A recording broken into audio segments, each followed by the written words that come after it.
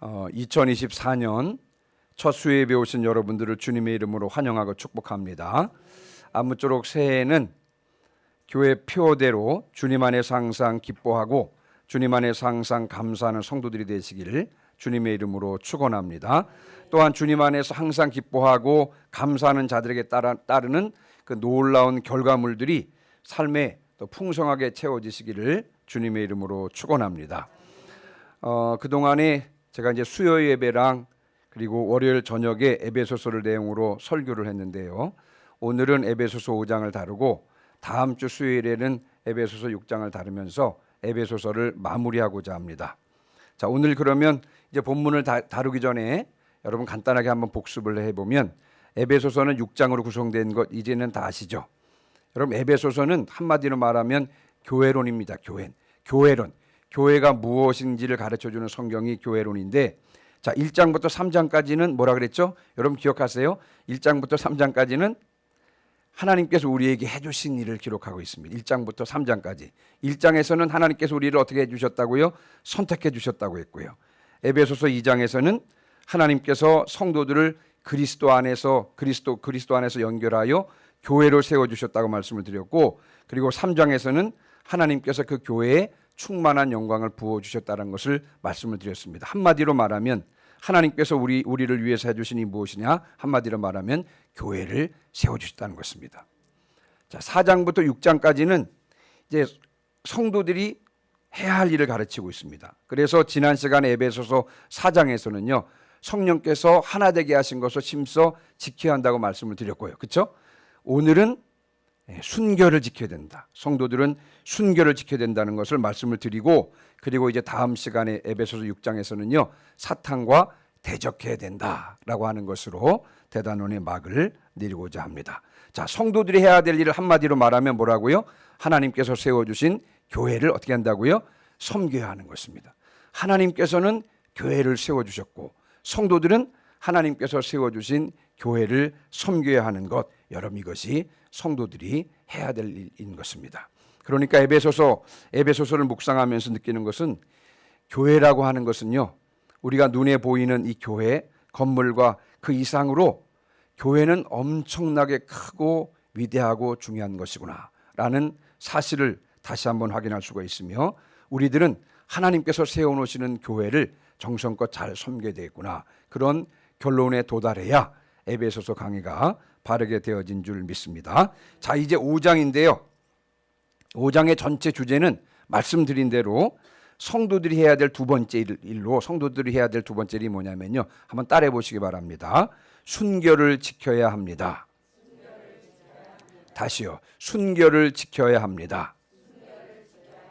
자, 5장에서 저는 이제 세 가지를 말씀을 드릴 텐데, 1절부터 2절까지는 사랑으로 행하라. 사랑으로 행하는 것이 순결을 지키는 방법이다. 자, 두 번째로 5장 3절부터 14절까지 빛의 자녀같이 행하라. 빛의 자녀같이 행하는 것이 순결을 지키는 방법이다. 마지막 세 번째 15절부터 21절까지는요, 지혜 있는 자같이 행하라. 지혜 있는 자같이 행하는 것이 순결을 지키는 방법이다 라고 하는 이 전체 윤곽을 가지고 여러분들께 말씀을 드리려고 합니다. 자, 먼저 이 성도들이 순결을 지키기 위해서 첫 번째로 해야 될 일이 뭐냐면요, 한번 따라해 보시기 바랍니다. 사랑으로 행하라. 다시요. 사랑으로 행하라. 자, 1절을 한번 보겠습니다. 1절. 자, 1절을 같이 읽습니다. 시작.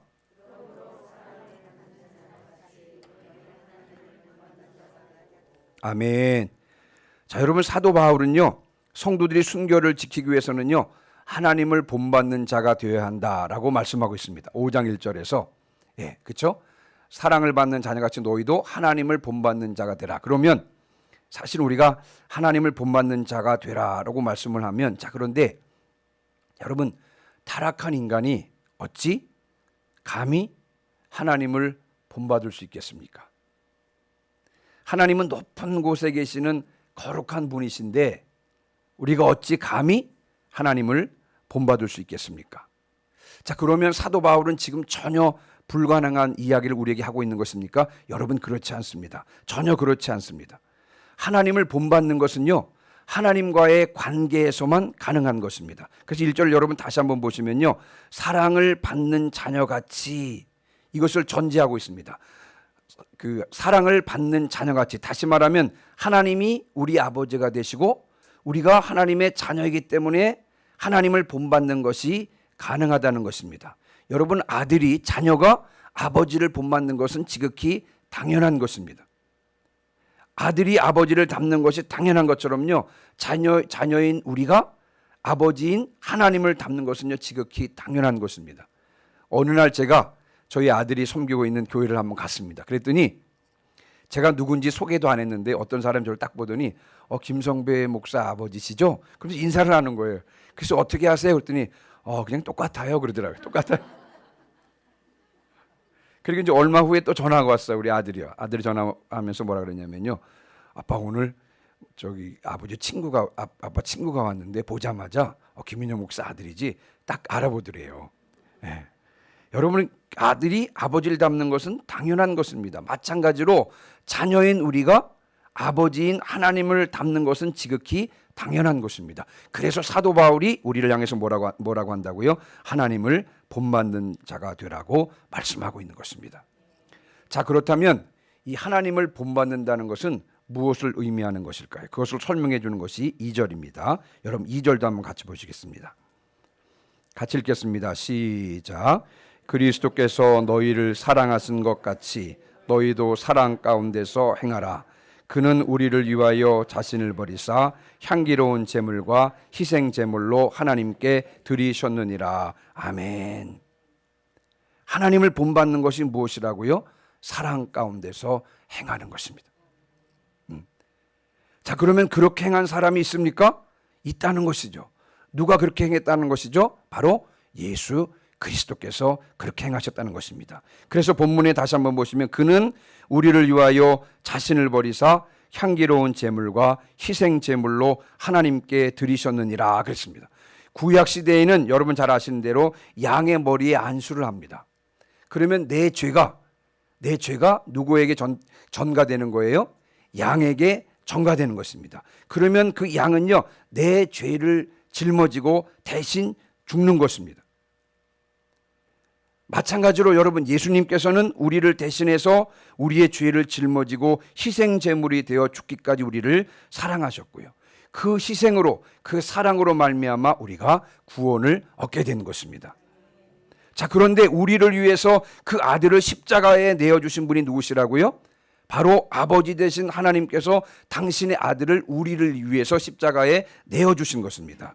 그래서 여러분 로마서 5장 8절 말씀에 보면 우리가 아직 죄인 되었을 때 그리스도께서 우리를 위하여 죽으심으로 말미암아 우리를 향한 하나님께서 우리에 대한 자기의 사랑을 확증하셨느니라 라고 말씀하고 있는 것입니다. 그러니까 여러분, 우리는 누구냐면요, 예수님의 사랑을 입은 자들입니다. 또한 그 아들을 기꺼이 우리를 위해서 내어주신 하나님의 사랑을 입은 자들이 누구라고요? 바로 우리들인 것입니다.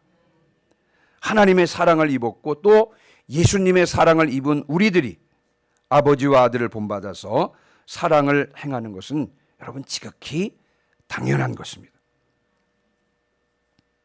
반응이 없으니까. 그럼 저희 아들이 어느 날 고민을 하더니요, 글씨체가 마음에 안 든다네, 글씨체가. 그래서 뭐 이것저것 막 이렇게 써보더니 아빠 글씨체가 괜찮다는 거예요. 그러더니 한참 연습을 하더라고요. 그래서 어느 날부터 제가 보니까 글씨체가 저를 닮아가는 것입니다. 근데 제 글씨체는 누구를 닮았느냐? 제가 부목사라 있던 교회 그 담임 목사님 필체를 제가 닮았습니다. 그냥 그 목사님 필체를 보면서 제가 오늘 따로 했는데 보니까 그 필체가 그렇게 됐습니다. 근데 이제 거기서 그 목사님 필체는 완전히 예술적이고요. 거기서 저는 약간 예술적인 면을 조금 줄였고 우리 아들은 완전히 예술적인 면을 줄였습니다. 근데 글씨를 세 개를 놓고 보면 비슷하게 된 것입니다. 여러분, 우리가 하나님의 사랑을 입었고 우리가 예수님의 사랑을 입었잖아요. 그렇죠? 그러니까 아버지와 아들을 본받아서 아버지 되신 하나님과 아들이신 예수님의 사랑을 본받아서 우리가 사랑을 행하는 것은 여러분 지극히 당연한 것입니다. 이것이 바로 하나님을 본받는 것입니다. 우리가 세상의 어떤 것이 아니라 하나님을 본받는 자가 될 때 우리들은 그리고 우리들이 속한 이 공동체는요, 세상에 물들지 않고 순결을 지킬 수 있게 되는 것입니다. 자, 그래서 사도 바울이요, 첫 번째 우리가 속한 공동체가 순결을 지키기 위해서는 뭐를 행하라고요? 사랑으로 행하라. 하나님을 본받아서 사랑으로 행하라라고 말씀하고 있는 것입니다. 자, 이제 성도들이 순결을 지키기 위해서 두 번째로 해야 될 일이 뭐냐면요, 한번 따라해 보시기 바랍니다. 빛의 자녀같이 행하라. 다시요, 빛의 자녀같이 행하라. 3절부터 14절 말씀인데, 자, 오늘은 저는 그 중에서요, 여러분 8절부터 11절을 중심으로 좀 여러분께 말씀을 드리려고 그러는데, 자, 8절부터 11절까지 다시 한번 한 절씩 교도같습니다. 8절을 제가 읽습니다. 너희가 전에는 어둠이더니 이제는 주 안에서 빛이라. 빛의 자녀들처럼 행하라.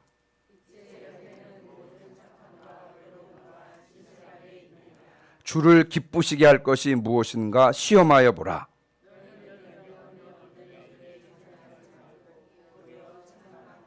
아멘. 여러분 여기 8절부터 11절까지 자세히 다시 한번 보시면요, 여러분 8절 보세요. 이제 대조가 되어 있는데요. 전에는 어둠이더니 이제는 주 안에서 빛이라. 전에는과 이제는, 과거와 현재를 지금 대조하고 있습니다. 그리고 무엇과 무엇이 대조되고 있냐면요, 어둠과 빛이 대조되고 있습니다. 과거에는 어둠이었지만 현재에는 빛이라고, 과거와 현재 그리고 어둠과 빛을 대조하고 있습니다. 자, 그런데 또 한 가지 대조가 있습니다. 뭐냐면 여러분 9절 보세요. 자, 여러분 9절에는 모든 착함과 의로움과 진실함이 뭐라 그랬죠? 뭐가? 자, 모든 착함과 의로움과 진실함이 있다 그랬죠. 뭐가? 빛의 열매. 근데 여러분 11절 보세요. 11절.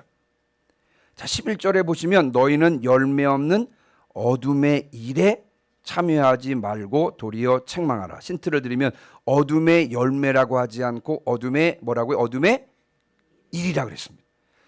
빛의 뭐예요? 빛의 일이라고 하지 않고 빛에는 빛의 열매라고 했고요. 어둠엔 어둠의 열매라고 하지 않고 어둠에는 뭐라 그랬어요?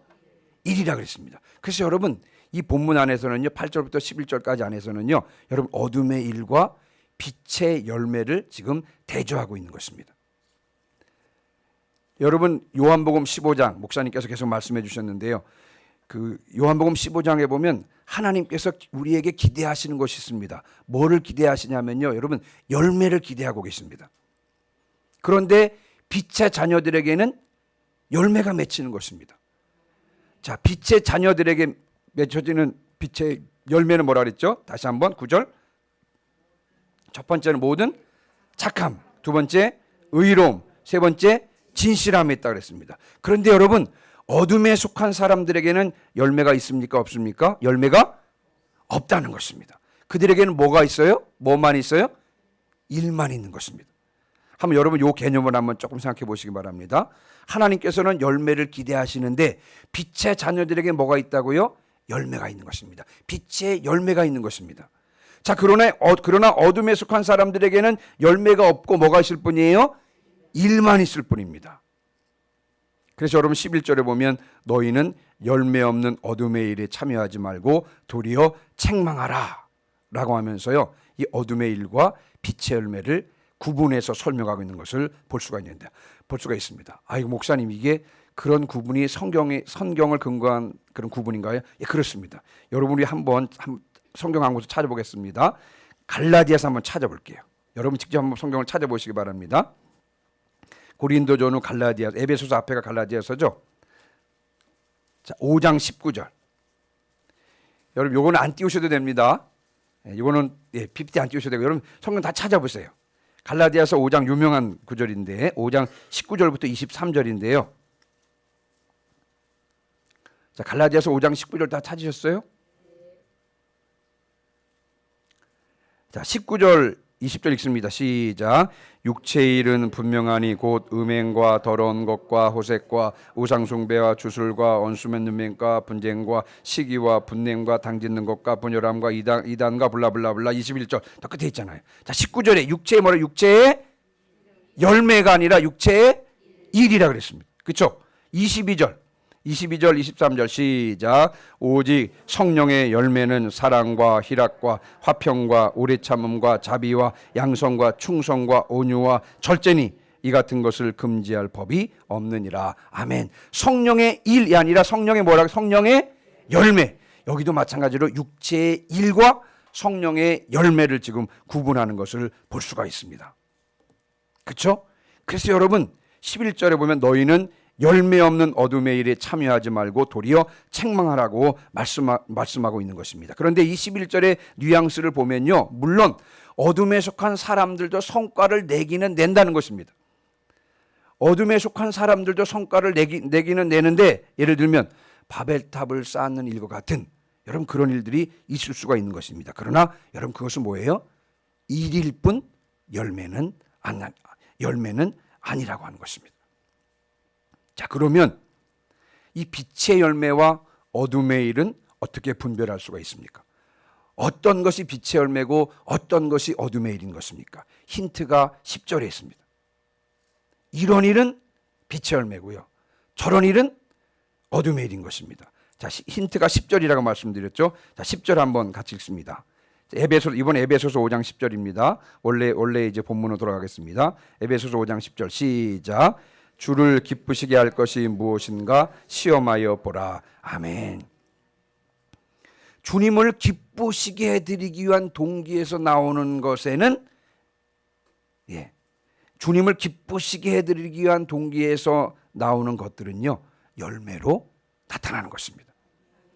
그러나 여러분 도덕적으로 선하고 사회적으로 유익하고 인류를 위해서 무슨 공헌을 했다고 할지라도 여러분 주님을 기쁘시게 해드리기 위한 동기에서 하지 않은 것은요, 그것은 아무리 훌륭해 보인다 할지라도 그것은 여러분 열매가 아니라 뭐에 불과하다고요? 일에 불과하다는 것입니다. 이렇게 해야 주님께서 기뻐하실까? 아니면 저렇게 해야 주님께서 기뻐하실까? 여러분 그러한 마음으로 가득 찬 사람만이 열매를 만들어 낼 수가 있는 것입니다. 그래서 여러분 내가 하고 있는 일들이 육신의 일인지 아니면 빛의 열매인지를 우리가 분별할 수 있어야 되는 것입니다. 내가 어떤 일을 성취했을 때 과연 이것이 육신의 일이냐 아니면 빛의 열매이냐, 이것을 여러분 우리가 분별할 수 있어야 되는 것입니다. 그러니까 여러분 예를 들면 일의 종류에 따라서 이 일은 빛의 열매에 관한 것이, 이것은 어둠의 일이라, 여러분 이런 구분이 아닌 것입니다. 똑같은 일을 해도 어떤 일은 육신의 일이 되기도 하고 또 똑같은 일이라 할지라도 어떤 일은 빛의 열매가 된다는 것을 명심을 해야 되는 것입니다. 차이가 무엇이라고요? 차이가 주님께서 기쁘시게 될 이 동기에서 행할 때 빛의 열매가 드러나는 것이고요, 그렇지 않은 것은 일에 불과하다는 것입니다. 값없이 구원해 주신 하나님께서는요, 사랑을 입은 자녀들이 아버지의 영광을 위해서 열매 맺기를 기대하고 있는 것입니다. 우리가 빛의 자녀로서 행하여 빛의 열매를 맺을 때 주님의 몸된 교회의 순결은 지켜지는 것인 줄 믿습니다. 교회의 지체인 성도들도 이 땅에 살면서 그렇게 할 때 순결을 지킬 수 있는 줄 믿습니다. 빛의 열매를 맺으시는 성도들 되시기를, 그래서 이제 순결을 지키시는 성도들 되시기를 주님의 이름으로 축원합니다.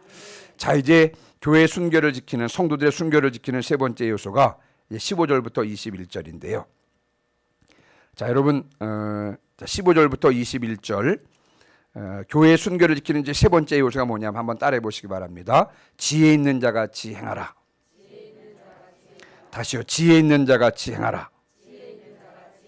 예수님께서도 마태복음 10장 16절에서 말씀하셨죠. 내가 너희를 보냄이 양을 이리 가운데 보냄과 같도다. 그러므로 너희는 뭐처럼 지혜롭고 뱀같이 지혜롭고 뭐처럼 순결하라고요?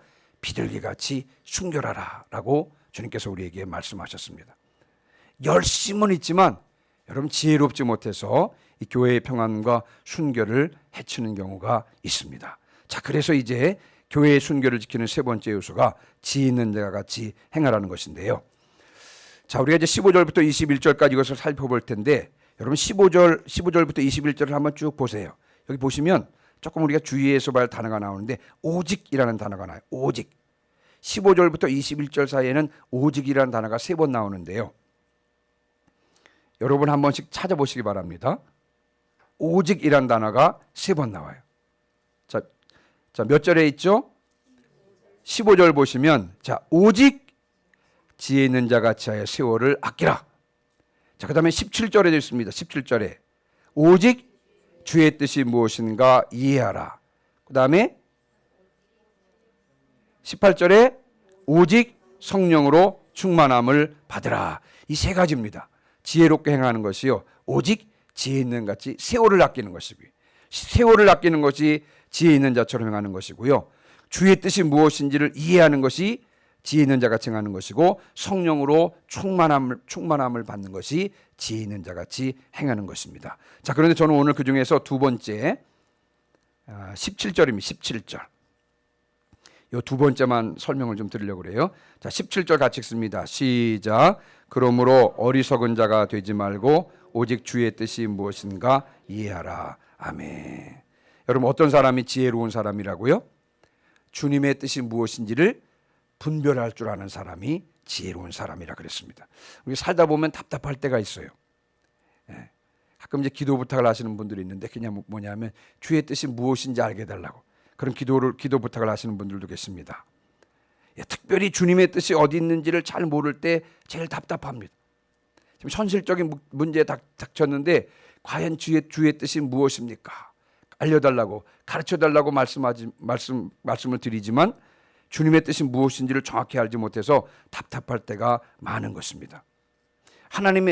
주님의 뜻을 알면 분명하게 행할 텐데 주님의 뜻을 잘 몰라서 제대로 행하지 못할 때가 많은 것입니다. 자, 그러면 어떻게 하면 주님의 뜻을 분별할 수 있을까요?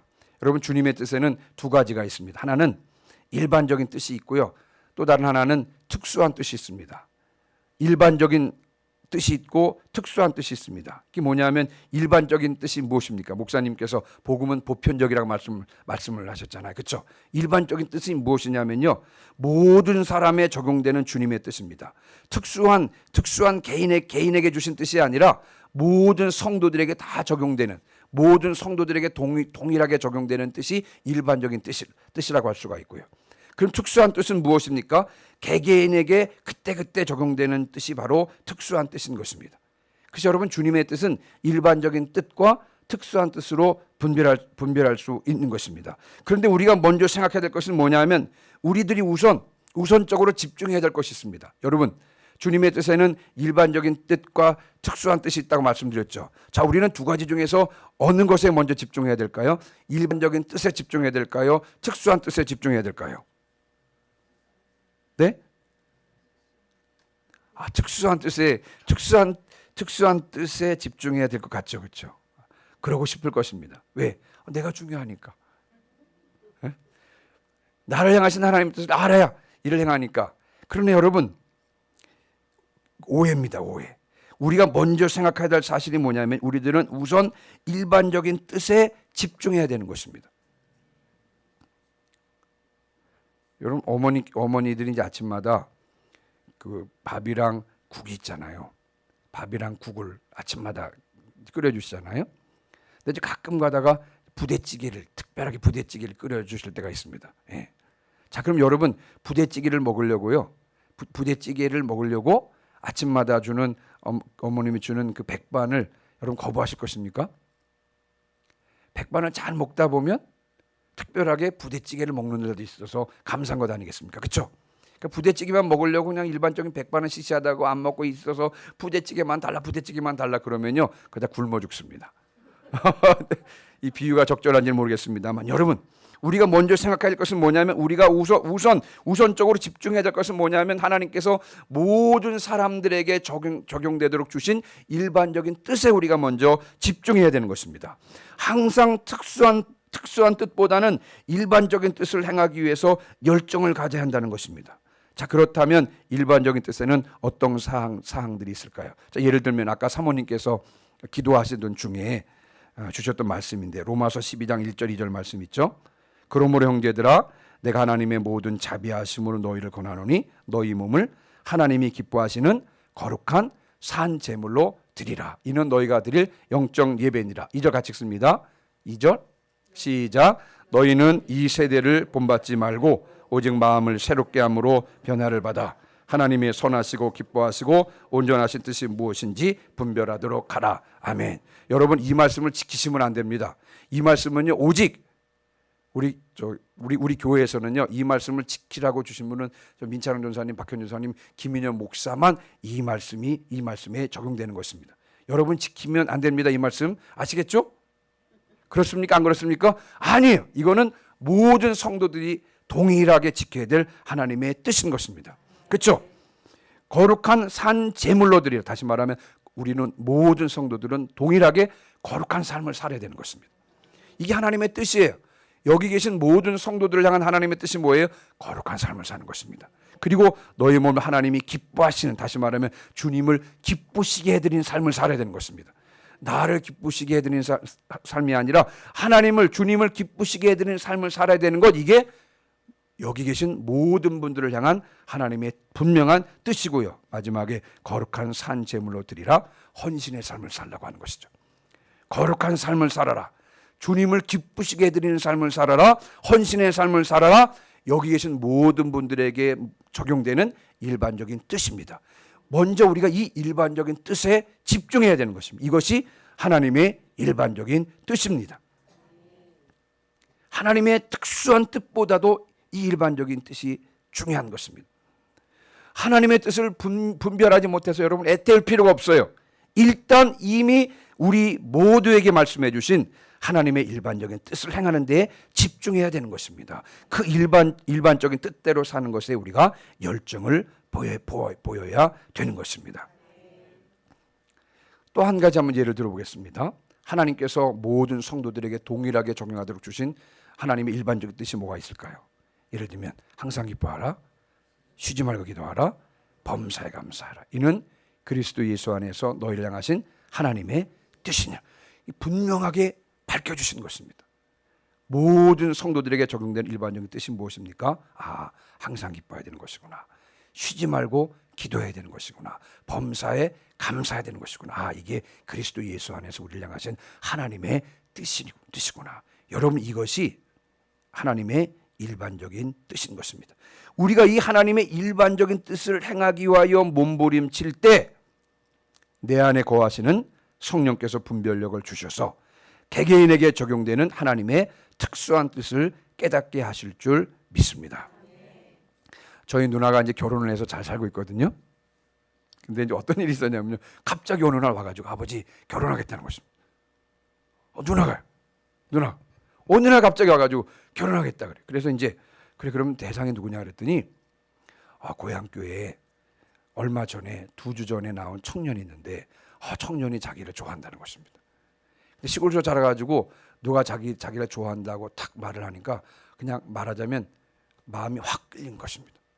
그래서 하나님께 기도해 본다고 기도하니까 자꾸 하나님께서 그 남자랑 결혼해라, 그 남자랑 결혼한다는 것입니다. 저는 그때 알았어요. 이런 문제는 쉽게 자기의 뜻을 하나님의 뜻이라고 할 수 있겠구나. 그때 알았어요. 근데 아버지 어머니가 말렸습니다. 안 된다는 것입니다. 어느 날 담임 목사님과 사모님께서 부르셨습니다. 누나. 그래서 담임 목사님 선을 그었습니다. 안 됩니다. 딱 그러신 거예요. 자, 그럼 여러분, 갑자기 2주 전에 교회 나온 청년이 결혼합시다. 당신 사랑합니다. 결혼합시다. 이렇게 이야기했는데 누나가 갑자기 확 하고 싶은 그런 마음이 생겼어. 이 누나의 개인적인 특수한 뜻이잖아요. 그렇죠? 근데 저는 이제 가만히 생각해 보니까 목사님, 교인들이 다 반대를 하는데 담임 목사님 사모님도 불러가지고 노, 안 된다. 딱 선을 그었습니다. 그러면 여러분 같았으면 어떻게 해야 될까요? 이게 비유가 적절하지 않나요? 죄송합니다. 사실 나중에 결국 누나가 어떻게 하냐면요, 울면서 그 담임 목사님 뜻에 그냥 순종했습니다. 그래서 결혼 안 했어요. 결혼했으면 큰일 날 뻔했죠. 그리고 교회를 안 나와버렸어요. 한 2주, 한 달 좀 나오다 그냥 교회를 안 나와버렸어. 2주 나오면서 막 열심히 하고 그러니까 또 저희 누나가 그 신앙이 좋은가 보다 이렇게 생각을 했나 봐요. 그렇게 해가지고 어떻게 된지 잘 모르겠습니다. 어쨌든간 그렇게 됐어요. 제가 그것을 보면서 우리는 하나님의 일반적인 뜻보다도 개인의 특수한 뜻에도 관심을 가지고 왜 하나님께서 나의 이 특수한 뜻에는 말씀해 주시지 않으시나 그러시지만, 그러나 여러분, 우리가 하나님의 특수한 뜻보다도 더 중요하게 여겨하는 것은 바로 하나님의 일반적인 뜻이라는 것입니다. 이 하나님의 일반적인 뜻을 행하기 위해서 몸부림칠 때 내 안에서 성령께서 분별력을 주시는 것입니다. 그래서 분별력을 주셔서 개개인에게 적용되는 하나님의 특수한 뜻을 깨닫게 되는 것입니다. 만약 그럼에도 불구하고 하나님의 개인적인 특수한 뜻에 대해서도 확신이 서지 않으면, 내가 좀 하나님의 일반적인 뜻을 행하기 위해서 최선을 다하는 가운데 나에게 주신 개인적인 특수한 뜻에 대하여 구하는데 확신이 서지 않으면, 여러분 그때는 어떻게 되냐면요, 여러분 성숙한 성도들에게 조언을 구하십시오. 제일 좋은 방법은 제가 알려드릴게요. 그냥 담임 목사님, 사모님과 상담하면 되는 것입니다. 뭐라고요? 가장 좋은 방법은? 아니, 목사님이 아니에요. 거기서 목사님이 중요한 게 아니라 담임 목사님, 사모님이 중요한 것입니다. 그러니까 담임 목사님, 사모님과 여러분 상담하시고, 그때 하나님께서는요, 이 성숙한 성도들의 경험이나 판단을 통해서도 당신의 뜻을 드러내 주실 것입니다. 여러분, 이것이 지혜로운 자처럼 행하는 것입니다. 오늘 이제 말씀을 마무리하고 마치겠습니다. 자, 우리들은 순교를 지켜야 하는 것입니다. 자, 이 순교를 지켜야 하는 것은요, 성도들이 마땅해야 할 바인 것입니다. 그러면 어떻게 하면 순교를 지킬 수 있을까요? 이 교회도 순교를 지켜야 되는데, 왜냐하면 성도들의 모임이 교회가 아니겠습니까? 제가 오늘 저녁에 세 가지를 말씀드렸는데, 첫 번째는 뭐냐면 하나님을 본받아서 사랑으로 행할 때 순교를 지키게 되는 줄 믿습니다.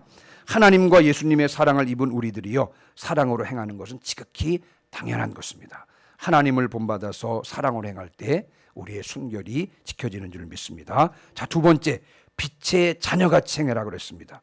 주님께서 기뻐하시는 것이 무엇일까 늘 고민하며 행할 때 빛의 열매가 풍성히 맺게 되는 줄 믿습니다. 그래서 우리의 심령 가운데 어떻게 하면 주님을 기쁘시게 해드릴까?